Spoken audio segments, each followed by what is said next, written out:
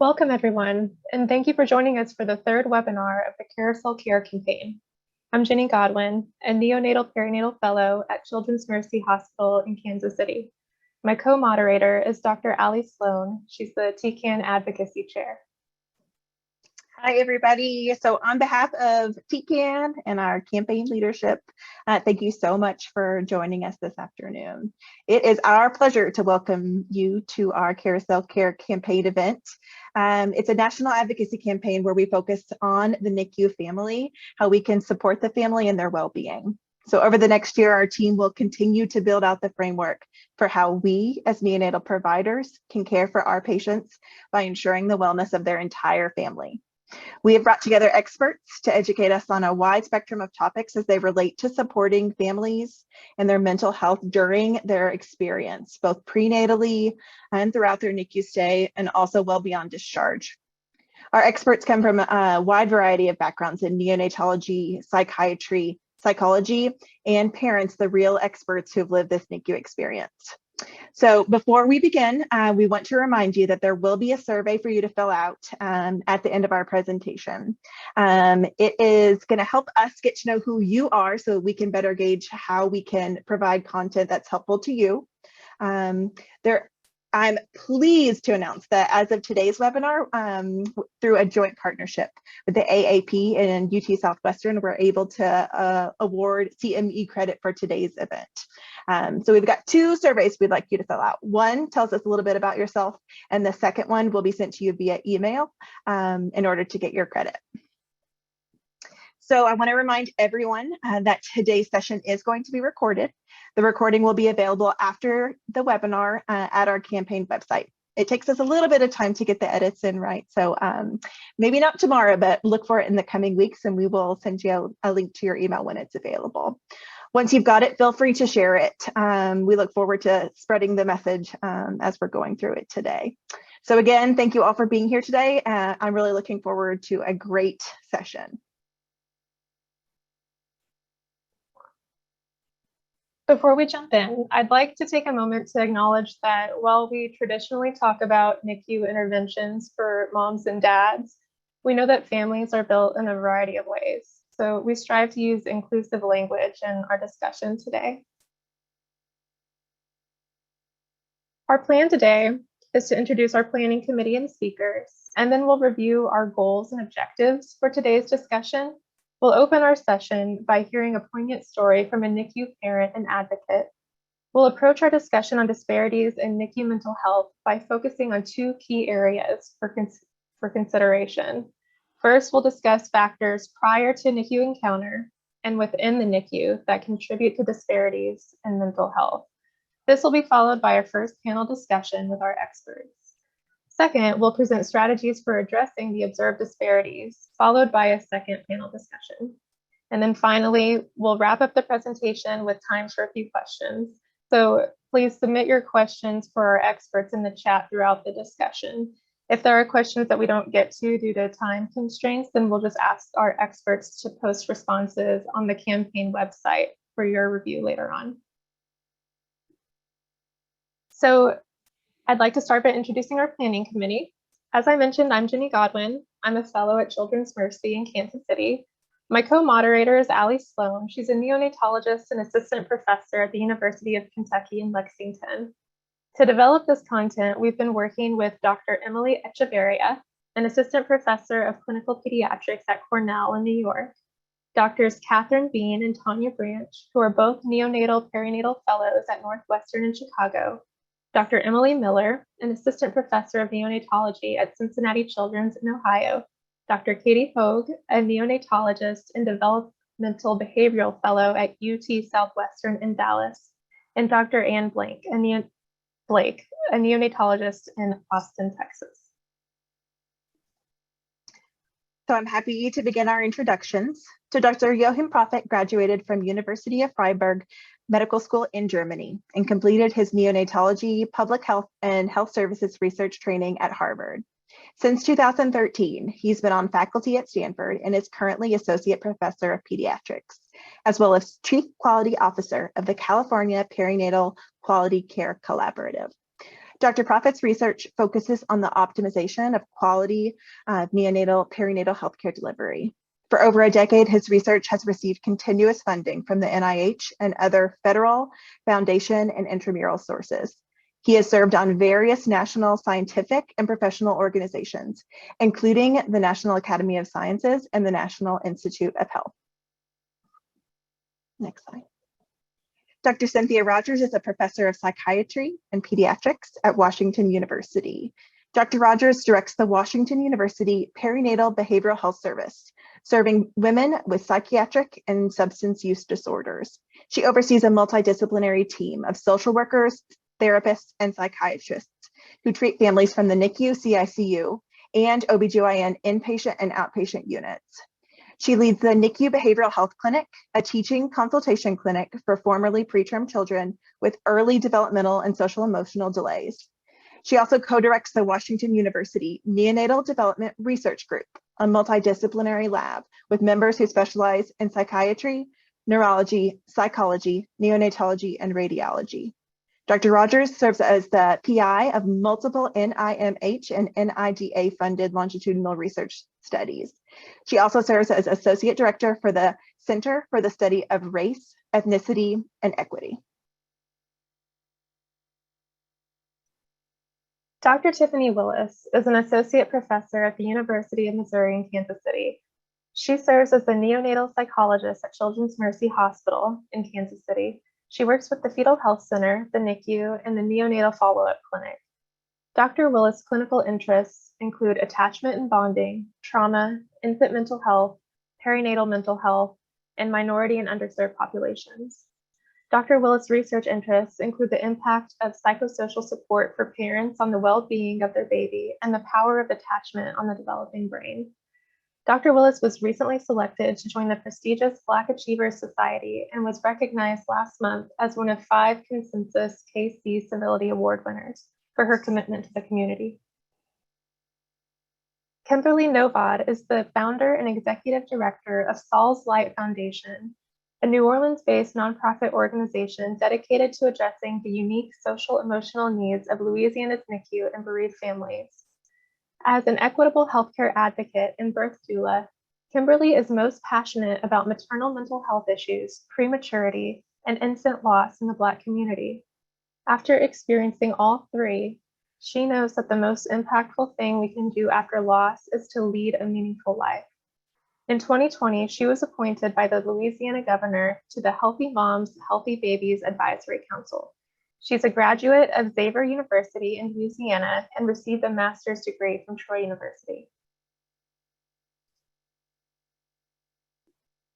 So our goals for today's webinar are to review health equity and health disparities as they relate to mental health during the NICU consult and subsequent NICU hospitalization. Then we'll identify strategies for incorporating health equity principles and trauma-informed care when caring for families before and during the hospitalization. We'd like to start by inviting one of our NICU parents, Ms. Kimberly Novad, to share her experience. Kimberly. Thank you all for having me today to share the value of my lived experience and community leadership in regards to supporting NICU families. I'm especially grateful to Dr. Bean for inviting me to speak and Dr. Branch for arranging this opportunity. So my name is Kimberly Novad. I'm a native New Orleanian, maternal child health advocate, nonprofit executive, but most importantly, I'm the mother of 2 children, one who did not survive prematurity and one who is 4 years old and going on 40. These 2 journeys into parenthood have irrevocably changed my life and impacted my understanding of what empathy, community, and health equity really means. My son Saul, that you see here, was born prematurely at 28 weeks and 6 days. He suffered a level 4 intraventricular hemorrhage that ended his life just shy of 1 month after his birth. Saul is just one of the 13% of Louisiana babies that are born too soon, and one of the many who die before their first birthday as a result of prematurity. After facing the weight of those experiences and having seen other families who were in the NICU at the same time as my family, I realize that the journey is difficult on all of us, but it is made exponentially harder when you factor in social, emotional, racial, and economic status. So with that knowledge in mind, I left my job of teaching high school and founded Saul's Light, which is a New Orleans-based nonprofit organization serving the unique social emotional needs of NICU and bereaved families. The forms of support that we provide families include the biggest one, which is financial assistance. And that's to address barriers that prevent families from being present and involved at their baby's bedside and being involved in their baby's care. We give peer support to families that are currently going through the journey. They're matched with families who are at least 2 years removed from that journey, but provide encouragement and a listening ear. And it's a form of de-stressing. It's a form of being able to really see a light at the end of the tunnel. My favorite initiative that we do is the little NICU libraries. And so that's just as it sounds. It's a place of books where we give them to families. They're multicultural and multilingual, and they promote parental bonding, intimacy, and of course, the most important, cognitive development. Finally, we match families to community resources. And so that could include mental health therapists, diaper banks, food banks, among others, because we know that mental health is so very important for NICU families. Our work at Saul's Light is rooted in 4 core beliefs. And the first is that every NICU family deserves to be present and involved in their baby's care, especially those who are routinely overlooked in a medical setting. This includes Black and Hispanic families, poor families, and those experiencing substance use issues. Secondly, we believe in the 3 E's of compassionate family-centered care. And so for us, that means radical empathy, which is the acceptance of people's lived experiences, accepting them as the experts in their lives, bodies, and health, followed by empowerment of parents as parents and an integral part of the baby's care team. And then finally, the encouragement of parents performing caregiving tasks, things that create a sense of intimacy, that create a sense of bonding and understanding of realizing that, yes, this monumental thing happened, but I am still a parent. This is still my child, and I do have a say over their care, and I'm an important part of that care.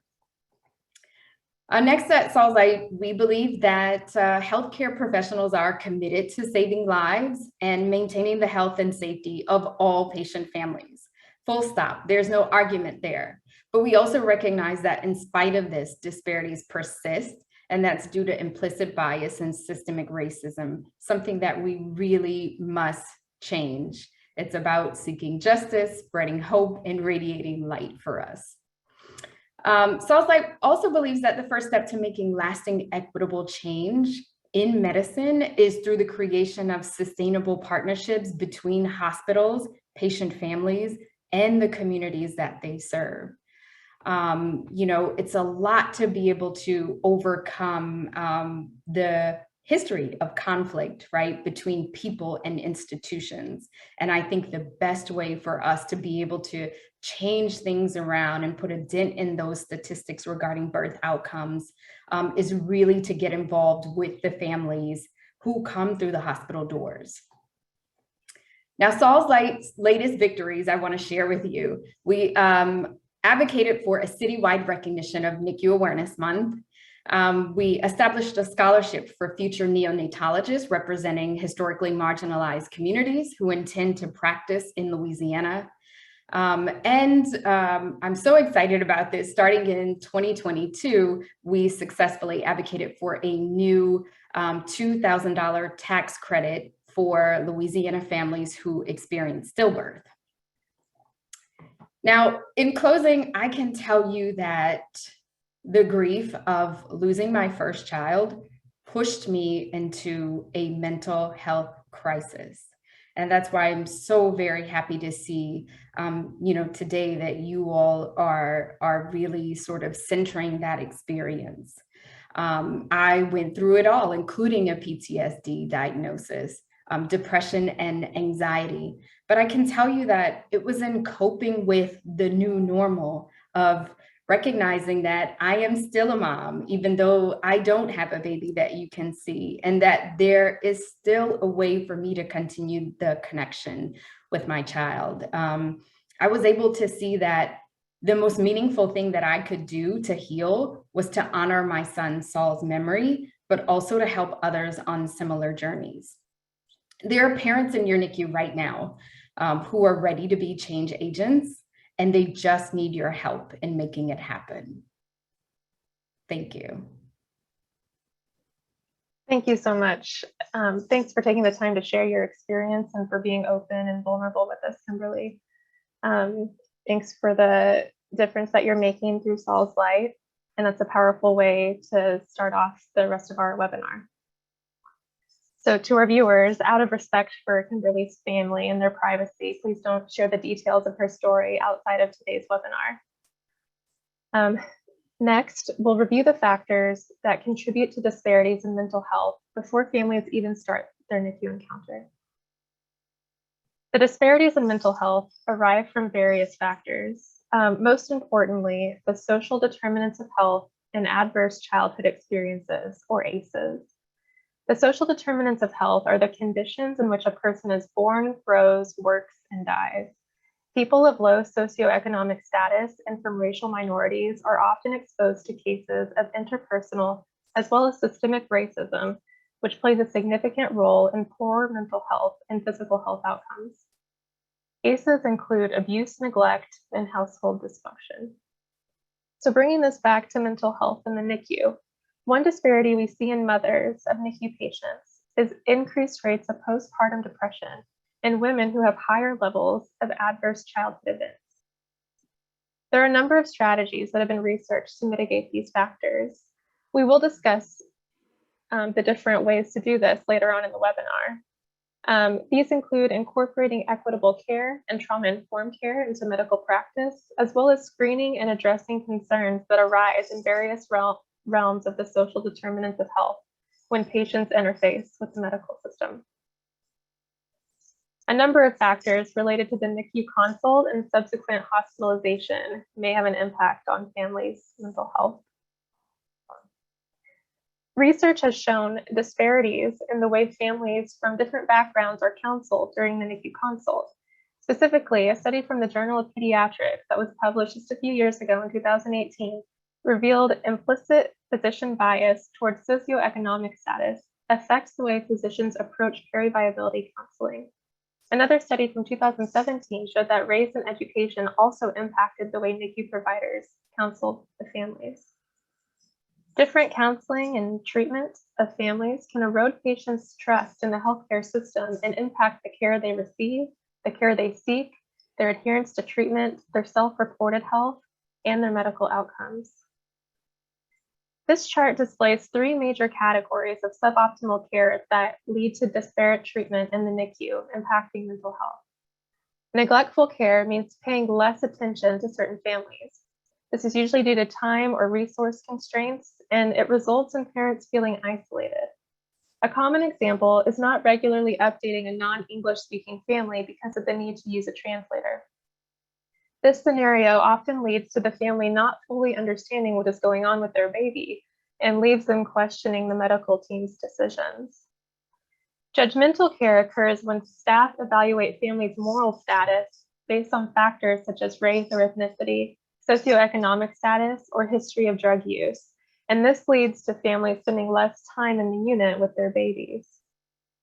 Systemic barriers can arise from differences in a person's language, race, culture, socioeconomic status, sexual orientation, gender, disability, or immigration status. System-level barriers to care that result in disparities in mental health outcomes include barriers for parents to be physically present and families' culture conflicting with the institutional culture of the NICU. In some cases, there are expectations set by the NICU that a family cannot meet, or they may possibly just be unaware of it in the first place. It's important to note that these different components of suboptimal care are not exclusive of each other. And the different examples of neglectful and judgmental care can amplify systemic barriers, further distancing families from the NICU. Families of color and low socioeconomic status report conflicts with social work, staff judgments of the amount of time that they're able to spend at the bedside, inconsistent translational services, and a lack of meaningful relationships with the nurses that care for their babies. Impediments to family-centered care may not only worsen outcomes, but also have deleterious impact on a NICU family's experience. This is compounded by the fact that low-income and minority women are less likely to receive postpartum depression treatment initiation and continuation. The mental health of parents during the NICU stay can affect the infant long-term. The early psychosocial environment is affected by multiple factors, including caregiver mental health disorders and child abuse or neglect, domestic violence and addiction, community violence, crime, poor infrastructure, societal environment such as overt and institutional racism, discrimination, and gender inequity. Also important to the early psychosocial environment is whether or not there is the presence of a buffering support to promote resilience. Adverse experiences that occur during infancy and childhood have more significant consequences affecting long-term health and development because it's a period of rapid and foundational neurodevelopment. During a NICU stay, practices such as separation of the infant and their mother, and conditions such as family poverty, stress parenting, continued parental substance use, and maternal depression can all accumulate, chronically and repeatedly activating the mother's and the baby's HPA axis, which can adversely impact the infant's neurodevelopment long-term. The National Children's Traumatic Stress Network recently designated trauma during a childhood medical illness as an ACE. Now that we've reviewed some background into the factors affecting the mental health of families before they even begin their NICU encounter, Allie's going to take over and begin our first panel discussion with our experts. Thanks, Jenny. This is one of the most valuable things of our webinar series through Carousel Care is being able to really hear from our experts what their experience and their research can bring as we all are striving to do better in all of these areas. So our first question is for Dr. Profit. How has your research shaped the way that you approach and interact with families as a neonatologist? Yeah, thank you, Ali, for the invitation to be here today with all of you, and just a wonderful job to all of you putting this panel together. I guess I'll speak a little bit, not directly about the mental health aspect, since there's others on the panel who are much more expert on this than I am. My interest in health equity really kind of derived primarily out of my original interest or my own personal story as a clinician, having grown up in Germany and then eventually coming to the US for additional training. I was always fascinated by variation in care, and things that you would do at one hospital would be completely wrong the day you stepped into the next hospital, and so you constantly had to learn new things, but also wonders like, well, if we don't do things this way here and we do things other ways over there, like how do these things affect outcomes? And I studied at the Harvard program where we were in like 4 different NICUs, and I also did like an MPH during that time as a fellow. And disparities loomed large during my MPH training. There was a lot of teachings around it. And at the time, I sort of was not terribly interested in the topic, because it seemed like whatever I was hearing is just, okay, poor people do worse, and minorities do worse. But there was almost nothing on interventions. I'm like, what are we doing actually to change things? It was always just documenting that the disadvantaged populations have worse health outcomes.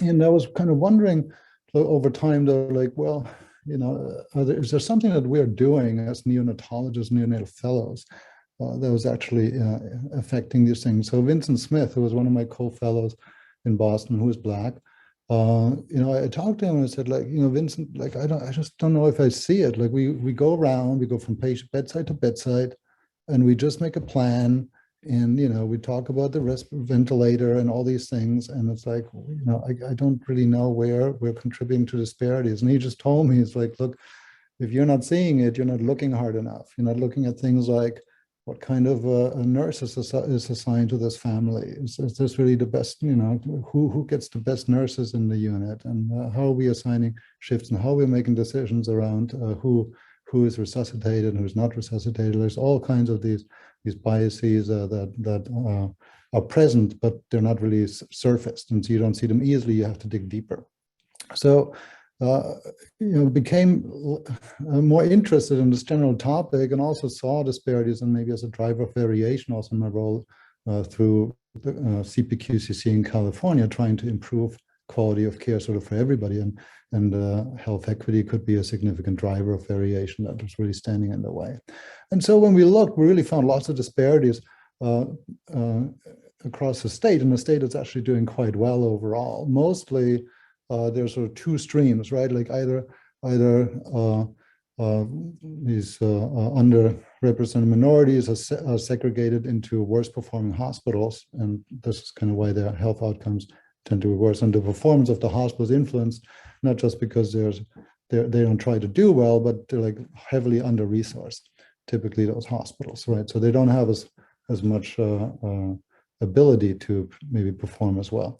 And then the other area is that even within individual hospitals, people get differential treatment. And I think especially the qualitative study that you showed, that Krista Sigurdsson led, was really kind of pointing that the ultimate pathway for how parents are treated differently, or how babies are treated differently in the NICU, it's not necessarily that we're treating the babies differently, but we're treating the families differently.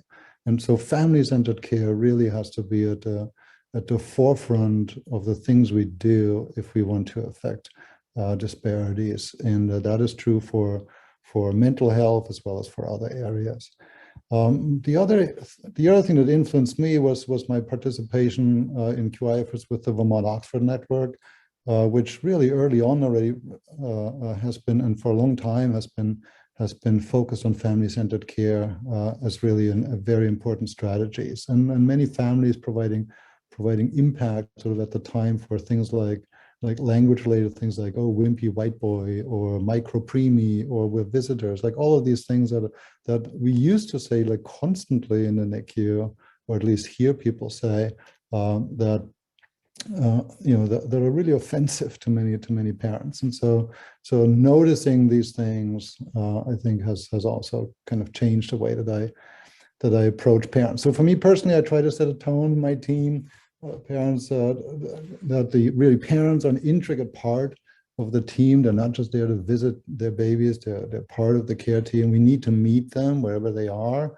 And we need to do so in a non-judgmental way. We need to listen to them and support them on their journey. We got to realize that the NICU really is only a small portion of their lives. Like there's a whole life before, and there's a whole life after, and we need to support them in all of those aspects the best we can.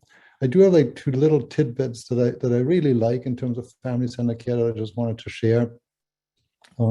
And that some of my research has taught me and experience. One of them is from Patrick Carroll, who's a physician in Utah, neonatologist, and they're doing a terrific job there in their unit. He has a way to run family-centered rounds where every day he asks the parents, before anybody else says anything about the baby, is there anything that we're not doing that you would like us to start doing for your baby?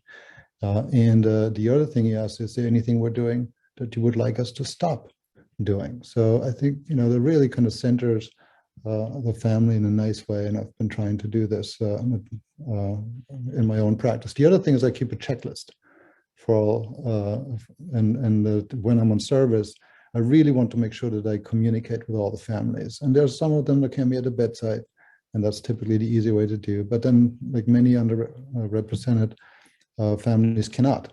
And so they fall by the wayside because you get busy and you're writing notes and all these things. But I really try to use that checklist to mark off that I give everybody a call, and everybody gets an update on their baby.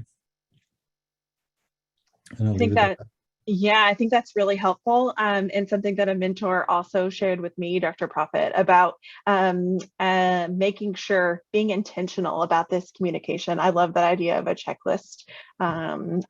I'll strive to do that when I'm on service. I think that's a fantastic idea. Dr. Miller just added a link to one of Dr. Prophet's publications. So please utilize the chat, both for access to these resources, as well as to ask questions of our panelists for our Q&A at the end of today's session. So our next question is for Dr. Rogers. What would you say to a coworker who is convinced that these disparities must be happening at other hospitals? Because obviously at my hospital, these do not exist. So first, I also want to thank you all for inviting me today to be here. This topic is so vitally important, and it's just fantastic as someone who's been working in this area for over a decade to see this being really highlighted. So in terms of someone who would say that disparities are happening at other hospitals, I would first just question, how do you know that, right? So really, as providers, sometimes we're the last to know if there really truly are disparities in care. So I think the first thing we need to do is to highlight our need to ask the families themselves what they are experiencing, and not to make assumptions based on, how we think we're doing a good job. I'd like to think that the vast majority of providers are not going around saying, I'm going to provide inequitable care today. But it is something that happens because of our own inherent biases, our lack of recognition of some of the systemic barriers that you guys have discussed. And so I think that it's important for all providers to take the opportunity to really ask our families how we're doing. And sometimes that has to be done in a really formalized way. So one of the things we did, which was actually led by one of our neonatology fellows, was to gather a group of Black moms and to perform interviews to really ask them, what their experience was like in our NICU. And while I've been an observer in our NICU for a long time, so I kind of get to see both sides, both speaking with the providers and also speaking with the patients that we take care of. It was even still eye-opening for me to really see what some of the families are experiencing.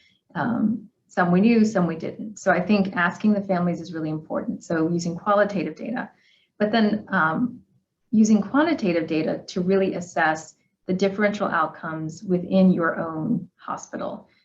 We can look at national information or research studies conducted at other centers, but you really need to know what's going on in your own NICU. And so to determine if you are really having some of these differential outcomes.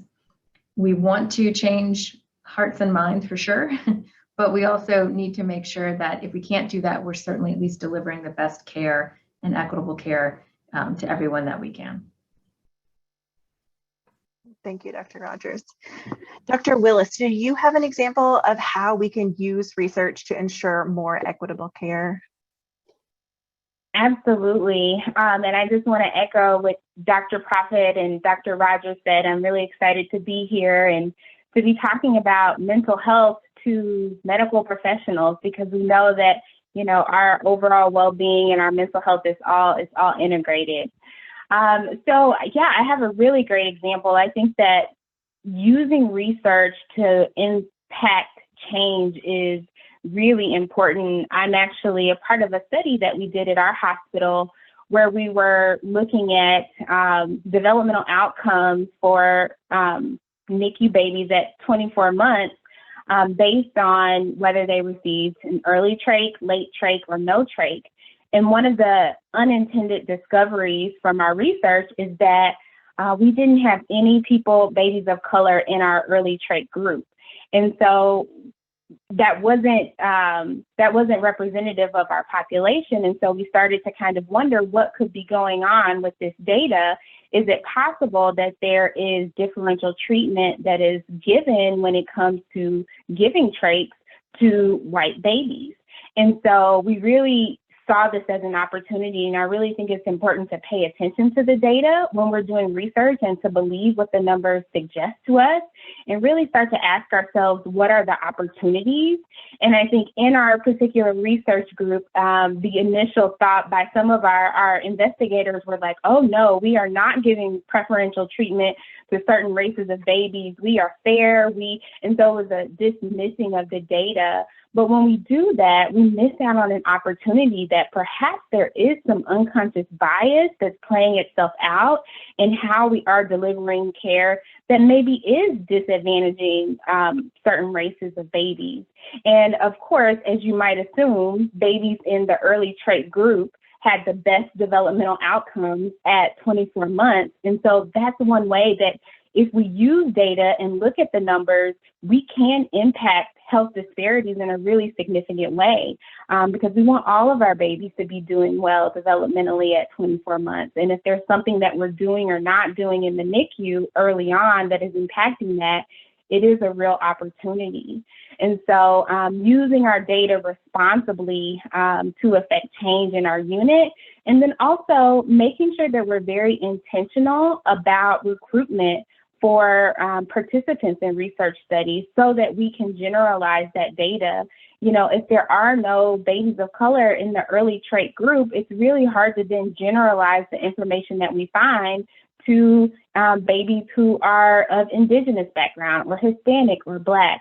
And so knowing that as the providers, it's our responsibility to make sure that we are checking all of those DEI boxes from as early as recruitment for our research. Thank you so much for sharing that aspect of your work, Dr. Willis. I think that a lot of people listening today would have benefit from checking out that study a little bit further. So I think Dr. Miller is going to add your tracheostomy study into the chat. And so thank you for sharing that. I'm going to transition back to Dr. Godwin to talk a little bit more. Thank you. So our next section will include strategies to promote equity and decrease disparities, starting with an introduction to trauma-informed care. So trauma-informed care, it endorses the belief that multiple dimensions of trauma, including physical and psychological injuries, can have lasting adverse effects on a person's function and well-being. Key concepts of trauma-informed care include realizing the impact that past trauma has on people's reactions to current traumatic situations, recognizing the signs and symptoms of trauma in patients and the colleagues caring for them, and avoiding re-traumatization. When you're in a situation when a parent isn't acting how you would expect them to, whether that be they are reacting explosively or they're just completely shut down, becoming trauma-informed means shifting your mindset from what is wrong with you to what happened to you so I can understand you in this moment. Health equity is a key component of health quality. QI initiatives can improve health quality for all people while at the same time maintaining or worsening disparities. However, with careful attention, QI work can be used to improve health disparities. To do this, project leaders must be keenly aware of the design of their projects and how they measure change in disadvantaged populations. We can use QI to improve health disparities by identifying key stakeholders who can provide different perspectives on the root causes from within and external to the healthcare system. We can create a study design like the one shown here, which disaggregates data from the start and also displays targeting different disadvantaged groups with different PDSA cycles. Other strategies include considering non-traditional forms of QI data measurement, such as qualitative evaluation, and incorporating principles from other disciplines like patient-centered outcomes research. Prioritizing study designs that target disadvantaged groups helps us to broaden the scope of the QI project and addresses inequities in the larger healthcare system. Family-centered care is a gold standard in the NICU. An infant's family is their primary source of strength and support. Family-centered care is team-oriented and incorporates respect, information, choice, flexibility, empowerment, collaboration, and support. It involves families in breastfeeding, kangaroo care, care planning, and limitless presence at their infant's bedside. Most importantly, family-centered care has been associated with numerous benefits, including better mental health outcomes. Practicing family-centered care decreases parental stress and increases parents' comfort and their confidence with their babies. The concept of health equity applies to health policy, health systems, and the professional scope of responsibilities assigned to clinicians, medical educators, researchers, health administrators, public health professionals, and legislators.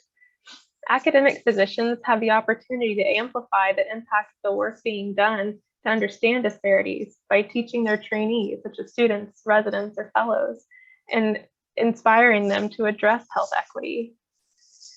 To track the progress toward health equity, there must be evidence-based indicators and thresholds that define success or progress.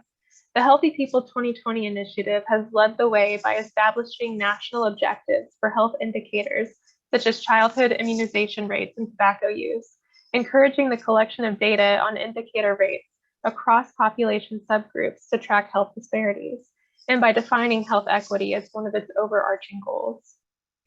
The advancement of health equity will require strong relationships between stakeholders who share a commitment to health equity, funding, defining the unique needs of marginalized populations, refinement of screening tools being used to identify social determinants of health, and prioritize research on interventions aimed at improving health equity, not just documenting the existence of disparities and the drivers behind them.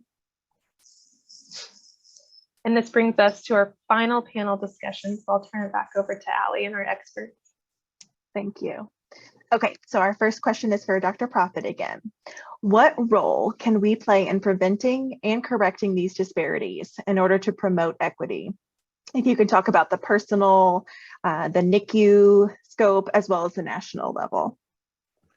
Yeah, thanks, Allie. I spoke a little bit about the personal already, but maybe let me just say that, we have a moment here in many ways, right? With the pandemic and episodes of police violence. I think there's a lot of awareness currently of the importance of this topic. There's a lot of enthusiasm by individuals and also institutionally to promote health equity. And so this is a good thing.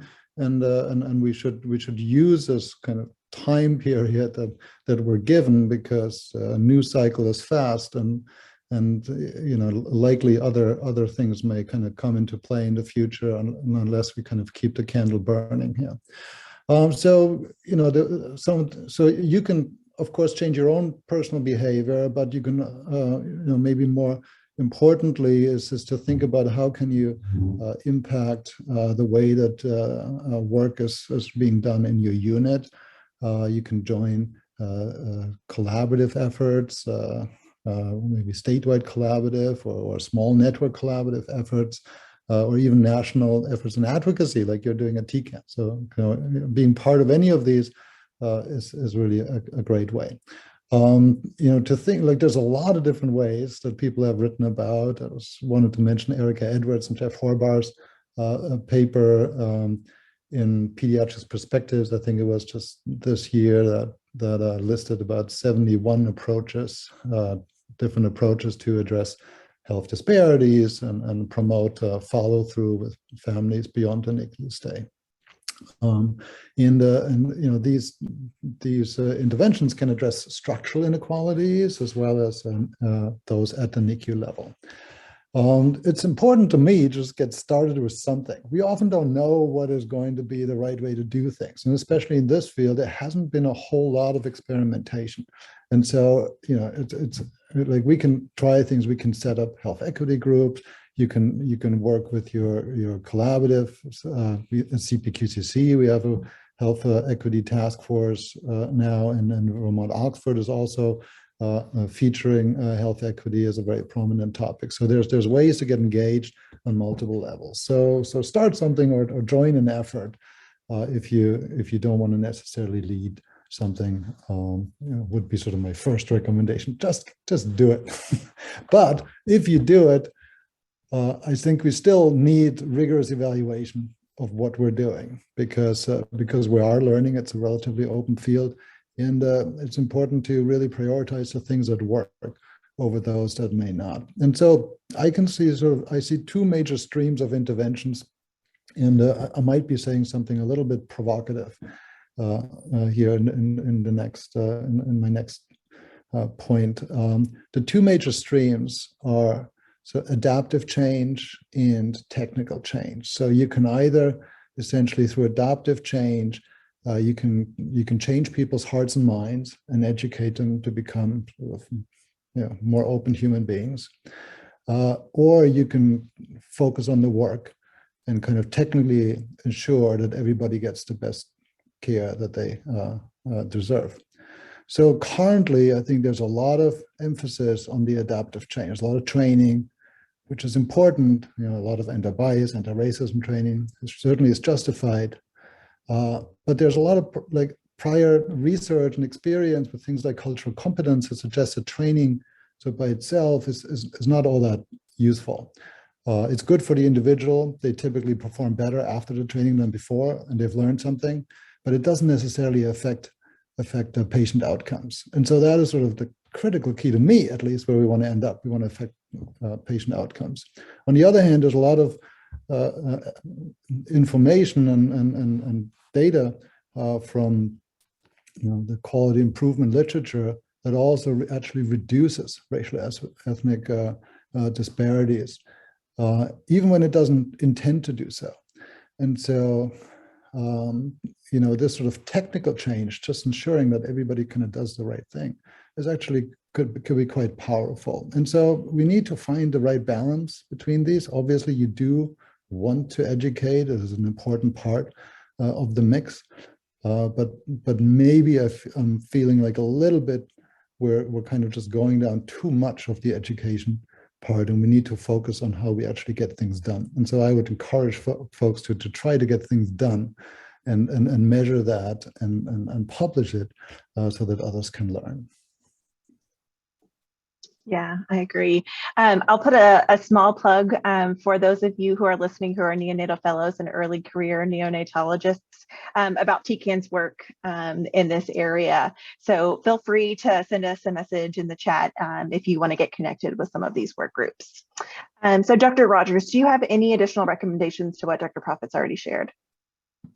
Yeah, just a couple. I think in addition to some of the things that Dr. Prophet just mentioned, if we want to address disparities, one of the ways that we can do that is by also diversifying the workforce. And obviously, this is a long-term strategy, but I was excited to hear about the work of Ms. Novad down in New Orleans to promote neonatologists in underrepresented minorities, because I can, certainly in our NICU, that is not something that we commonly see. And when we did that focus group that I mentioned earlier, that was definitely one of the things that our families mentioned a lot, was the importance of seeing both clinicians and nursing staff that reflected their own cultural background, and how that helped with their stress level and their mental health, feeling like there were people that understood their background and understood what their life experience, and maybe were less judgmental than they felt like others were. So I do think that that is something important that we need to focus on, but that is obviously a much longer term strategy. And so working on the outcomes and the education of all of the staff is still definitely an important area. And certainly what you all are doing is very, very valuable. I think when we talk about disparities in mental health specifically, you all brought up some of the structural barriers that some from different disadvantaged backgrounds have in accessing mental health.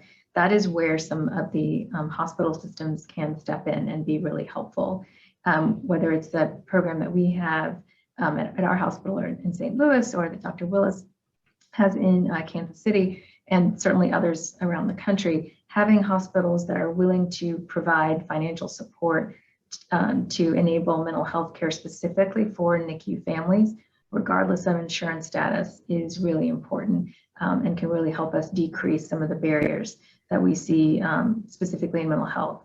And I think that it's important to have those, because certainly some of the work that we really focus on is normalizing mental health symptoms, providing education and screening of all the NICU families, but not just leaving it there, also trying to address some of those social determinants of health that are also increasing stress even outside of the NICU setting. So whether that's transportation, childcare, legal services, a whole host of other things, it's really important, and it's going to be really necessary in reducing some of these disparities in mental health care. So I will leave it at that.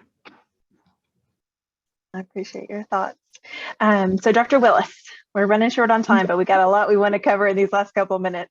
Why is trauma-informed care so important and relevant to the mental health of families in the NICU? Yeah, I'll do my best to pare it down because I could do a whole half-day workshop on this topic. But I think it's important for us to know that families in the NICU are 3 times more likely to experience perinatal mood and anxiety disorders. So the NICU is a very trauma-inducing environment. There is a loss of control. There is the threat of death or loss of experience for the child. It's invasive. There are alarms and loud noises. Women are being asked to bare their breasts for breastfeeding, and we don't know what that individual's personal level of comfort or prior trauma history is. And so it's a very trauma-inducing environment. And one of the goals of trauma-informed care is to avoid re-traumatization. So when we're able to care from families with that trauma-informed lens, it allows us to be able to ask that question that Dr. Godwin mentioned, not what's wrong with you, like why is this mom or dad freaking out when someone new comes into the room and goes in with the baby without introducing themselves, but it allows us to ask the question of what happened. You know, how might this person have experienced, someone invading their space in the past? And what is that bringing up for them when they see this action happen? Or if they're feeling pressured to breastfeed and maybe they've experienced a sexual assault related to their breast. And so then we can see that mom is not resisting breastfeeding, but perhaps having experienced some trauma around her breast that's making feeding her baby difficult. And so it really just opens up our lens that helps us understand what might actually be going on with the parent, and then helps us to meet their need in a more effective way. And that's especially true for Black families and families of color, because many of them come into the medical and healthcare system with medical mistrust because of how they've been treated or mistreated or neglected. There's lots of data and research that shows, all of the disparities in the perinatal period. We know that Indigenous and Black women are 2 to 3 times more likely to die in delivery.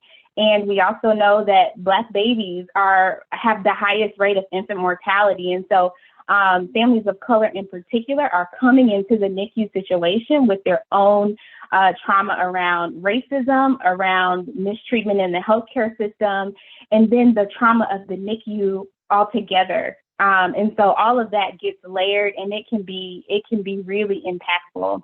And so really using that trauma-informed care lens to be able to bolster the support for families that need it most, so that they can manage the NICU situation in an effective and healthy way, so that they can, be able to connect and support and engage with their little one in the best way possible following the NICU experience. Yeah, I feel like I want to talk so much more about what you just said, but in my own practice here in Kentucky, paying attention, I think, is probably the biggest way for me to sum it up. Paying attention to the experience, asking the questions to get at those things that you're talking about in terms of a family's experience with trauma. So thank you for sharing. So in the interest of time, we'll move toward a Q&A. The first question that I have is for Kimberly, if you're available. Let me make sure I got the right one. Okay, so you mentioned financial barriers and support as key to enabling or preventing families from being present in the NICU with their baby. Some of the work that Souls Light is doing to address these barriers. Do you think there's a role for state or federal policies that support families financially, like paid family leave or improving healthcare coverage or insurance reimbursement for this type of NICU care? What's been your experience with that policy side?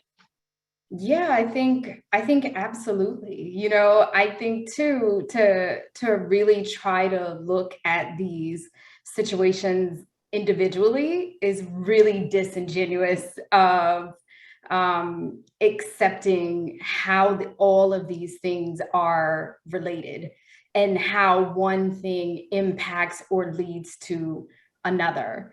And so I can say, like, for example, in my community, we have, you know, in our state of Louisiana, a super high poverty rate, something like 40% of women and children are impoverished, you know.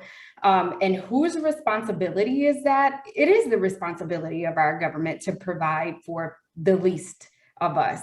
You know, women and children are the backbone of our communities. And there, you know, there's a quote probably from every time period, every century, you know, where people talk about, you know, show us what you do for the women and children, and we'll show you the health of our country.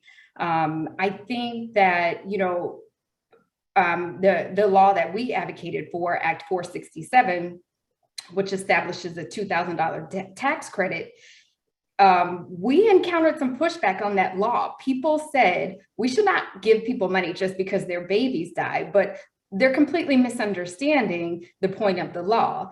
The tax credit is so that people who are unable to obtain mental health services because they can't afford it will now be able to afford it. They will be able to give their baby a decent burial. They will be able to address the medical bills that still come to your house in your child's name and there's no child there.